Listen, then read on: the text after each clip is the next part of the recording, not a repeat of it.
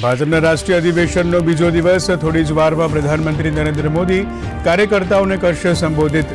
દેશભરમાંથી 11,500થી વધુ કાર્યકરો અધિવેશનમાં હાજર. અધિવેશનના બીજા દિવસે ભારતીય અર્થવ્યવસ્થા પર શ્વેતપત્ર જાહેર.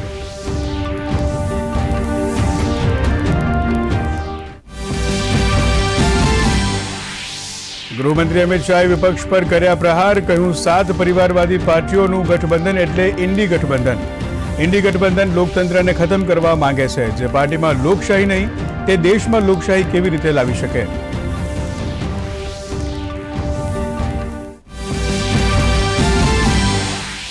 ખેડૂતો અને સરકાર વચ્ચે આજે ચોથા તબક્કાની થશે વાતચીત. હરિયાણાના 7 જિલ્લામાં 19 ફેબ્રુઆરી સુધી ઇન્ટરનેટ પર પ્રતિબંધ લંબાવાયો.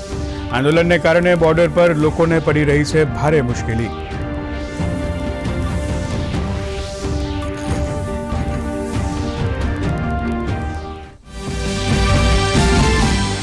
સંદેશખાલી હિંસાને લઈને પશ્ચિમ બંગાળની સ્થિતિને જોતા પ્રદેશ ભાજપ અધ્યક્ષ સુકાંતા મજુમદારે ટીએમસી સરકાર પર સાધ્યું નિશાન.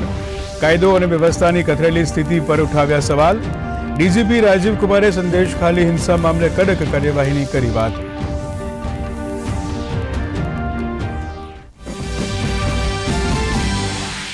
ઇલેક્શન કમિશન ચૂંટણી બોન્ડના દાતા અને પ્રાપ્તકર્તાઓનું વિવરણ કરશે પ્રકાશિત. ચૂંટણી કમિશનર રાજીવ કુમારે કહ્યું, ચૂંટણી પંચ આગામી ચૂંટણીમાં ઈવીએમ અને મતપત્રોના માધ્યમથી મતદાન પર સુપ્રીમ કોર્ટના આદેશ અનુસાર કરશે કાર્યવાહી.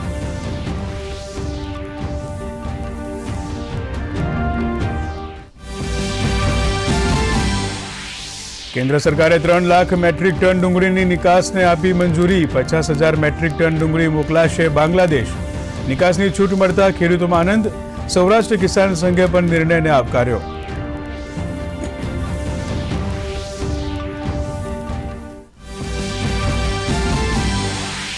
અને ભારત અને ઇંગ્લેન્ડ વચ્ચે રાજકોટમાં ચાલી રહેલી ત્રીજી ટેસ્ટ મેચનો આજે ચોથો દિવસ.